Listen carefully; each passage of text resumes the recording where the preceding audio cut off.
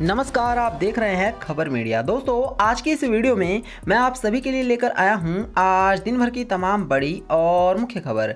जी हां, आपको बता दें काफ़ी सारी बड़ी और सीधे काम की खबरें निकल कर आ रही हैं, जिसके बारे में जानना हर किसी के लिए बहुत ज़रूरी है। जिसमें मैं आपको बताऊँगा कि कैसे भारतीय रेलवे एक बार फिर से पटरी पर दौड़ने लग गई है और रेलवे को लेकर सबसे बड़ी खबर है। साथ ही हम बात करेंगे आज के ताज़ा सोने चांदी के प्राइस के बारे में। इसके साथ ही हम बात करेंगे सुशील कुमार को लेकर सबसे बड़ी खबर सामने आ रही है। इसके अलावा आपके पैसों से जुड़ी कुछ बड़ी खबरें हैं जिसके बारे में जानना आप सभी के लिए बहुत जरूरी है, इसलिए आप सभी इस वीडियो को अंत तक देखिएगा। साथ ही हमारी आपसे बस एक छोटी सी रिक्वेस्ट है, वीडियो को लाइक करके शेयर करना और चैनल को सब्सक्राइब करना। तो चलिए बात करते हैं सीधे पहली बड़ी खबर से।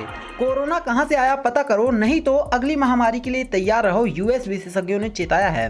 दोस्तों, कोविड की जड़ कहां पर है, ये कैसे दुनिया भर में फैला, ये पता करने के लिए दुनिया को चीन के सहयोग की बहुत जरूरत है। इसी तरह हम दुनिया को महामारी के खतरे से बचा सकते हैं। यूएस के दो प्रमुख बीमारी विशेषज्ञों ने अपनी राय जाहिर की है। तो साफ है दोस्तों कि यूएस के कुछ डॉक्टरों का ये कहना है कि अगर हम ये नहीं पता कर पाए कि चाइना से वायरस फैला है या फिर नहीं, या फिर वायरस कहां से फैला है, तो हम कभी भी कोरोना वायरस से जीत नहीं सकते, क्योंकि जहां से ये वायरस फैला है वहीं पर ही इस वायरस को खत्म करने का उपचार भी मौजूद होगा।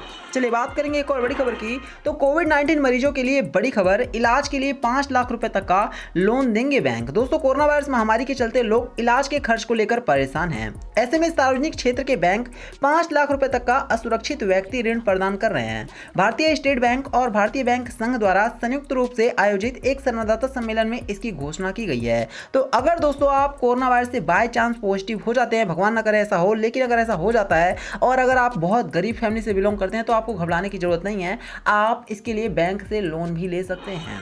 चलिए बात करेंगे हम सीधे क्रिकेट की। तो जी हां, सुमन गिल की बल्लेबाजी में है कमी, ऑस्ट्रेलियाई दिग्गज ने बता दी है बड़ी कमजोरी। दोस्तों, भारत के युवा टेस्ट ओपनर सुमन गिल के टैलेंट का हर कोई दीवाना है। सुमन गिल ने बेहद कम समय में अपना नाम बनाया और टेस्ट टीम में ऑस्ट्रेलिया दौरे पर गिल ने डेब्यू किया और जबरदस्त पारियां खेलकर खुद को साबित भी किया। हालांकि इंग्लैंड के दौरे पर उनका बल्ला पूरी तरह से खामोश रहा। ऐसे में दोस्तों, किस तरह से सुमन गिल की कमजोरी सामने आई है, बहुत ध्यान से सुनिएगा। सुमन गिल की कमी के साथ साथ ब्रैड हॉग ने उनके मजबूत पक्ष भी बताए हैं। ब्रैड हॉग ने बताया है कि गिल का रवैया गजब है। उन्होंने कहा, सुमन गिल के रवैये का मैं दीवाना हूं, लेकिन उनको अपनी कमजोरियों पर ध्यान देना होगा, अन्यथा वो टीम इंडिया के साथ ज्यादा समय तक टिक नहीं पाएंगे।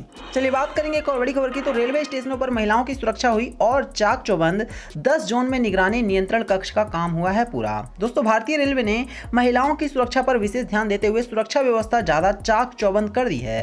दरअसल रेलटेल ने 10 रेलवे जोनों में आईपी आधारित वीडियो निगरानी के लिए केंद्रीकृत सुरक्षा का नियंत्रण कक्ष के काम को पूरा कर लिया है। फिलहाल 269 रेलवे स्टेशन में आईपी आधारित वीडियो निगरानी केंद्र की व्यवस्था की जा चुकी है। तो आने वाले दिनों में रेलवे स्टेशन पर महिलाओं को पूरी तरह से चाक चौबंद व्यवस्था मिलने वाली है। इससे महिलाओं की सुरक्षा काफी मजबूत हो जाएगी।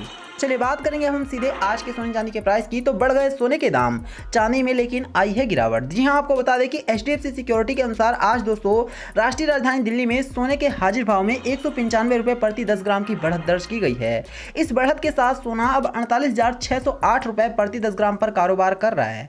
इसके अलावा अगर हम बात करें चांदी की, तो जी हां, आपको बता दें कि चांदी के भाव में आज सिर्फ और सिर्फ 15 रुपए की गिरावट देखी गई है, जिसके बाद चांदी अब 70,521 रुपए प्रति किलोग्राम पर कारोबार कर रही है।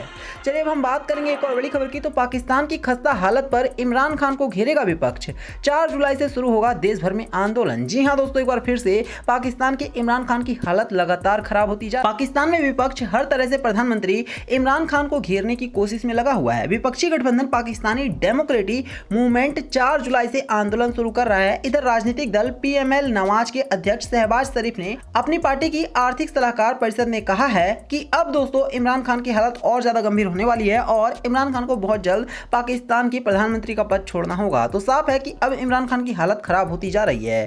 चलिए बात करेंगे सीधे सुशांत सिंह राजपूत केस की। तो जी हां, आपको बता दें कि सुशांत सिंह राजपूत केस में दोस्तों सबसे बड़ी खबर सामने आ रही है। दोस्तों, आपको बता दें कि अभी हाल ही में एनसीबी के द्वारा सुशांत के 2 नौकरों को समन किया गया है। इसके अलावा अब एनसीबी की जो नजरें हैं वो रिया चक्रवर्ती पर गड़ी हुई हैं और कहा जा रहा है कि आने वाले दिनों में सुशांत सिंह राजपूत केस में रिया चक्रवर्ती से भी बहुत जल्द बड़ी पूछताछ हो सकती है और सुशांत सिंह राजपूत के वकील भी इसको लेकर के बहुत ज्यादा उत्साहित हैं।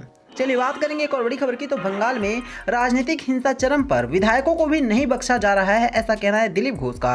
आप सभी को पता होगा कि पश्चिम बंगाल में अब ममता बनर्जी की सरकार बन चुकी है, यानी कि टीएमसी की। लेकिन इसके बाद जो खबर आ रही है वो रियल में दिल दहला देने वाली है। यकीन मानिए कि अब बीजेपी के नेताओं के साथ बहुत बुरा व्यवहार हो रहा है पश्चिम बंगाल में, जिसके बाद दोस्तों बीजेपी काफी खुल करके सामने आ रही है और वो कह रही है कि पश्चिम बंगाल में बेशक से आज टीएमसी की सरकार बन गई है, लेकिन उनको ये नहीं भूलना चाहिए कि कभी यहाँ पर बीजेपी की भी सरकार बन सकती है। जिस तरह से विधायकों के ऊपर बीजेपी के लगातार हमले हो रहे हैं, ये रियल में बेहद ही ज्यादा खतरनाक हैं। चलिए बात करेंगे एक और बड़ी खबर की। तो दूसरी लहर के बीच अब कोरोना की तीसरी लहर का खौफ, बोले हैं हुड्डा, अभी से तैयारियां शुरू कर दे खट्टर। पूर्व मुख्यमंत्री और नेता प्रतिपक्ष भूपेंद्र सिंह हुड्डा का कहना है कि आज कोरोना की दूसरी लहर थोड़ी धीमी जरूर पड़ गई, लेकिन सरकार को अभी से संभावित तीसरी लहर के लिए तैयारी शुरू कर देनी चाहिए। इसके लिए स्वास्थ्य सेवाओं के आधारभूत ढांचे को मजबूत करने पर जोर देना होगा। इतना ही नहीं, कोरोना के बाद की स्थितियों को संभालने के लिए भी अभी से योजना बनानी पड़ सकती है। तो दोस्तों कोरोना वायरस की तीसरी लहर भी आ सकती है। इसके लिए भूपेंद्र सिंह हुड्डा, जो कि हरियाणा के पूर्व सीएम रह चुके हैं, उन्होंने हरियाणा के सीएम खट्टर को अभी साफ चेतावनी जारी कर दी है। चलिए बात करेंगे एक और बड़ी खबर की। तो सागर हत्याकांड से सबसे बड़ी खबर है, सबूतों की तलाश में सुशील कुमार को हरिद्वार लेकर के गई थी क्राइम ब्रांच, नहीं मिला फोन और कपड़े। दोस्तों सागर धनखड़ हत्याकांड के मुख्य आरोपी सुशील कुमार को लेकर दिल्ली पुलिस की क्राइम ब्रांच सोमवार को हरिद्वार पहुंच गई। पुलिस के पास जानकारी थी कि हत्या के बाद सुशील कुमार हरिद्वार में आकर रुका था और उसने अपना फोन हर की पौड़ी के पास गंगा नदी में फेंक दिया था। पुलिस की टीम कई घंटे तक हरिद्वार में खाक छानती रही, लेकिन वहां पर कुछ भी बरामद नहीं हुआ। इसके बाद साफ समझ में आ गया कि सुशील कुमार एक बार फिर से पुलिस वालों को मूर्ख बनाने की कोशिश कर रहा है। अब दोस्तों इसके ऊपर एक बार फिर से गाज गिरेगी। चलिए बात करेंगे एक और बड़ी खबर की। तो राजस्थान कांग्रेस ने वैक्सीन मामले में केंद्र पर लगाया कोरोना कुप्रबंधन का आरोप। जी हां, राजस्थान कांग्रेस ने कोरोना प्रबंधन में केंद्र सरकार की विफलताओं से लोगों का ध्यान भटकाने के लिए योग गुरु बाबा रामदेव प्रकरण को उछालने का बीजेपी पर आरोप लगाया। साथ ही वैक्सीन की जोरदार किल्लत के बीच राजस्थान कांग्रेस ने एक बार फिर से केंद्र सरकार से सबको निःशुल्क वैक्सीनेशन कराने की मांग की है। तो साफ है दोस्तों कि एक बार फिर से राजस्थान सरकार ने केंद्र की मोदी सरकार को घेरा है और उन्होंने अपनी तरफ से पूरी तरह से प्रयास किया है कि कैसे भी करके बीजेपी को एक आईना दिखाया जाए। चलिए बात करेंगे एक और बड़ी खबर की। तो ममता का मास्टर स्ट्रोक, आलापन बंदोपाध्याय को बनाया अपना मुख्य सलाहकार, अब क्या करेगी मोदी सरकार। दोस्तों ममता सरकार और केंद्र की मोदी सरकार के बीच विवाद में फंसे पश्चिम बंगाल के मुख्य सचिव आलापन बनर्जी सोमवार को रिटायर्ड हो गए हैं, लेकिन इसी के साथ मुख्यमंत्री ममता बनर्जी ने उन्हें 3 साल के लिए अपना मुख्य सलाहकार नियुक्त कर दिया है। मुख्यमंत्री ने स्वयं इसकी घोषणा करते हुए कहा है कि आलापन कोविड-19 महामारी से निपटने में राज्य सरकार की मदद भी करेंगे। चलिए मैं आपको लेके चलता हूं एक और बड़ी खबर की तरफ। तो सुप्रीम कोर्ट से झटके के बाद महाराष्ट्र सरकार ने मराठाओं के लिए EWS आरक्षण को बढ़ा दिया है। जी हां, सबसे बड़ी खबर है, बहुत ध्यान से सुनिए। महाराष्ट्र सरकार ने सोमवार को आर्थिक रूप से कमजोर आय वर्ग श्रेणी के तहत दिए जाने वाले आरक्षण का लाभ मराठा समुदाय को देने की घोषणा की है। हाल ही में सुप्रीम कोर्ट ने सामाजिक रूप से सशक्त समूहों को नौकरी और शिक्षा में अलग से आरक्षण दिए जाने के फैसले को रद्द कर दिया था, लेकिन उसके बाद भी महाराष्ट्र की सरकार पूरी तरह से प्रयास कर रही है कि किसी भी तरह से आरक्षण दिया जाए।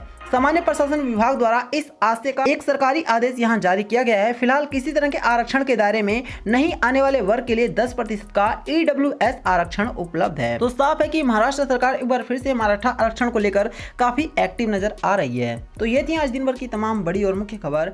वीडियो को लाइक करना, इसे और लोगों के साथ शेयर करना और चैनल को सब्सक्राइब करना। धन्यवाद।